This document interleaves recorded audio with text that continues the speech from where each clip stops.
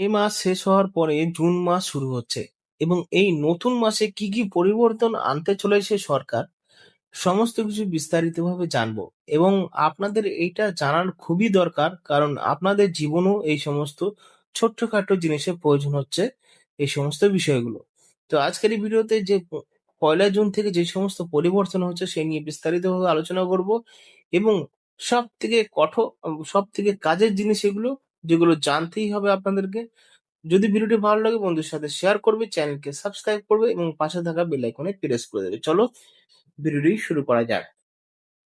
প্রথমে যেটা বলা হয়েছে যেটা হলো নতুন আয়কর আইন চালু। এই আয়কর আইন চালু অনেক পুরনো, মানে 1961 ছিল। ঠিক আছে, ইনকাম ট্যাক্স অ্যাক্ট 1961 ছিল, বদলে নতুন ভাবে সহজ ভাষায় আয়কর আইন সাজানো হয়েছে। এর ফলে কি বলা হয়েছে, ট্যাক্সের নিয়ম বোঝা সহজ হবে, চাকরিজীবী নিজেরাই ট্যাক্স হিসাব বুঝতে পারবেন, জটিল ধরা ও নিয়ম সহজ ভাষায় লেখা থাকবে।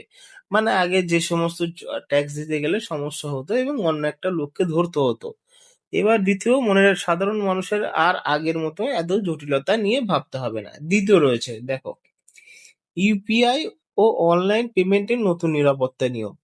যেহেতু দৈনন্দিন জীবনে ইউপিআই মানে অনলাইন ট্রানজাকশন বা স্ক্যান করে পেমেন্ট করে সমস্ত দোকানে, এখন আর কেউ টাকা পয়সা রাখে না পকেটে।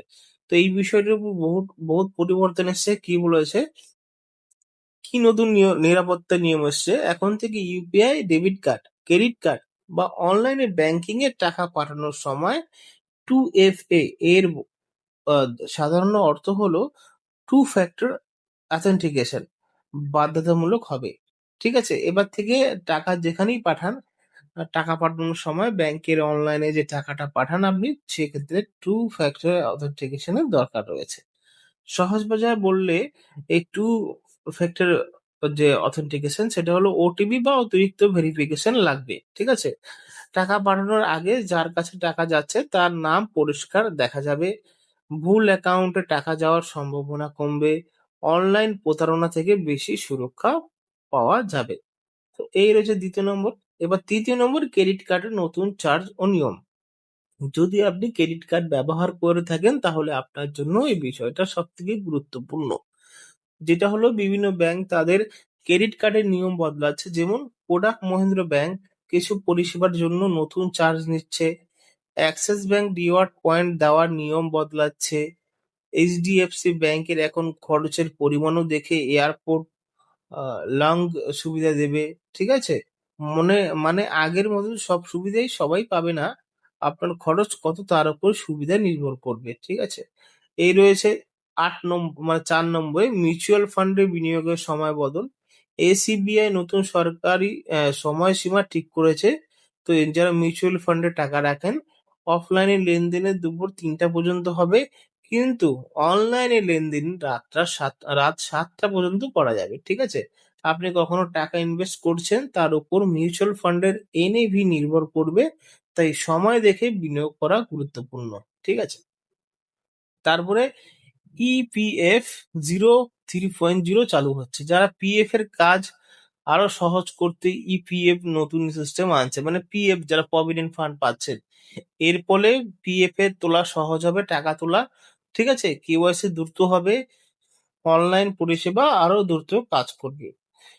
চাকরিজীবীদের জন্য এটা ভালো খবর। ঠিক আছে, এটা হলো আধার আপডেটের নতুন নিয়ম। যেহেতু আধার আপডেট এখনো চলছে বিনামূল্যে, আপনি করে নিতে পারেন, কিন্তু একটা ধার্য রাখা হবে যদি এটা আপনি সময়ের মধ্যে না করেন। কি বলা হয়েছে, জুন মাসের নির্দিষ্ট সময় পর্যন্ত আধার কার্ডের তথ্য অনলাইনে ফ্রি আপডেট করা যাবে।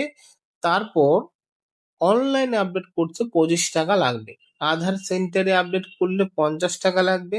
তাই যাদের আধার আপডেট দরকার তারা দ্রুত করে নিন। ঠিক আছে, সহজে যদি পুরো বিষয়টা বুঝি, পয়লা জুন থেকে মূলত ট্যাক্স সহজ হচ্ছে, অনলাইন পেমেন্ট বেশি নিরাপদ হচ্ছে, ক্রেডিট কার্ডের নিয়ম বদলাচ্ছে, মিউচুয়াল ফান্ডের সময় পাল্টাচ্ছে, পিএফ পরিষেবা উন্নত হচ্ছে, আধার আপডেটের চার্জ লাগতে পারে। ঠিক আছে, যদি আপনি টাইমের মধ্যে না করেন।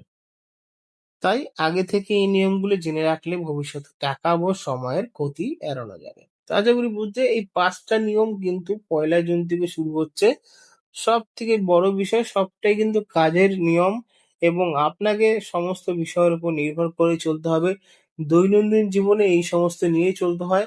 সেই ক্ষেত্রে আপনাদের আপডেট দেওয়া।